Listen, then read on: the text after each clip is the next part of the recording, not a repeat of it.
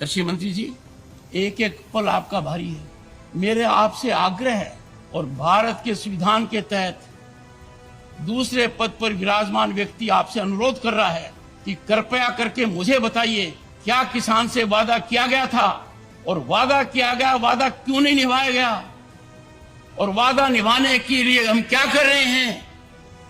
गत वर्ष भी आंदोलन था, इस वर्ष भी आंदोलन है, काल चक्कर घूम रहा है, हम कुछ कर नहीं रहे हैं। संविधान में प्रदत्त दूसरे नंबर की पोस्ट के विराजित व्यक्ति उपराष्ट्रपति धनखड़ जी ने हमारे प्रदेश के पूर्व मुख्यमंत्री और देश के कृषि मंत्री शिवराज सिंह चौहान जी को वही बात कही जो हम लगातार कई सालों से कहते आए हैं कि अगर इस देश में कोई एक राजनीतिक व्यक्ति सबसे ज्यादा झूठ बोलने वाला कोई है तो वो शिवराज सिंह जी चौहान है।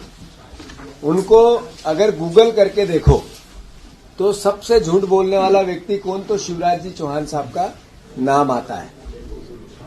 साथियों, जो बात लगातार एक साल से मेरे प्रदेश कांग्रेस के अध्यक्ष बनने के बाद से कांग्रेस पार्टी कहती आई है और उससे पहले से भी कांग्रेस पार्टी कहती रही है कि शिवराज जी जनता से भी झूठ बोलते हैं, व्यवस्था से भी झूठ बोलते हैं। 12 मंगलवार पिछले चले गए, मैंने उनसे टाइम मांगा कि मुझे आप समय दो, देश के कृषि मंत्री, मैं भी एक पार्टी का अध्यक्ष हूं, कांग्रेस पार्टी विपक्ष की प्रमुख भूमिका निभाती है आप ही के राज्य में, तो मैं किसानों के हित और अधिकारों की आपसे बात करना चाहता हूं, पर उन्होंने समय देना उचित नहीं समझा। ये मेरा व्यक्तिगत रूप से कोई अपमान नहीं है, व्यवस्था का अपमान है।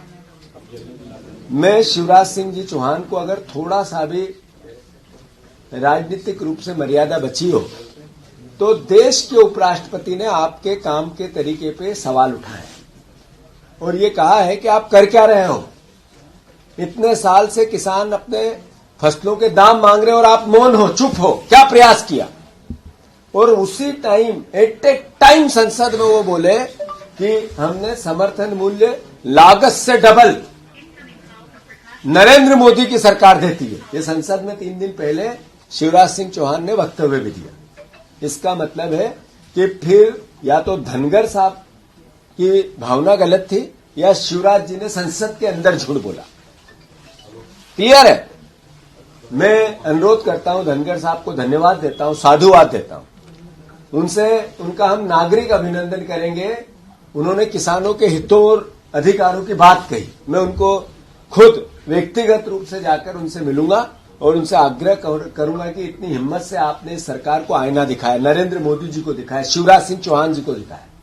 यही बात वो सदन की आसदी पर बैठकर भी निर्णय लें और इस सरकार को आईना दिखाएं। देश के प्रधानमंत्री को भी यही बात कहें, यह आग्रह करूंगा। मैं चिट्ठी लिखूंगा, पत्र लिखूंगा, ट्विटर के माध्यम से भी उनसे आग्रह करूंगा।